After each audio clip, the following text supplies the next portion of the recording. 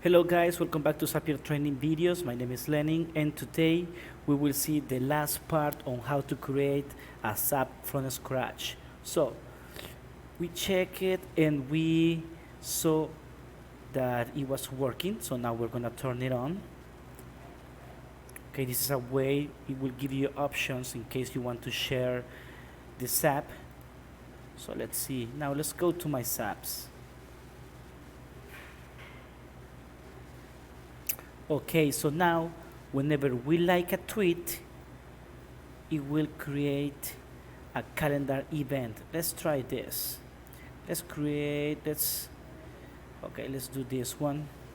Now we're going to Zapier, we're gonna run it, and let's see if it works. Okay, it says triggering on one new tweet. Excellent. Google Calendar quick add event was successful. So it seems that it worked. Let's see. Okay, you can see it's already created here. This is the last one that was created. Awesome, that's great. Now we can close it.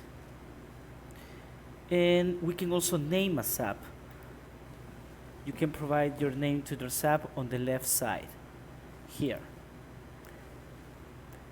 See you in the next video, guys. Have a nice day.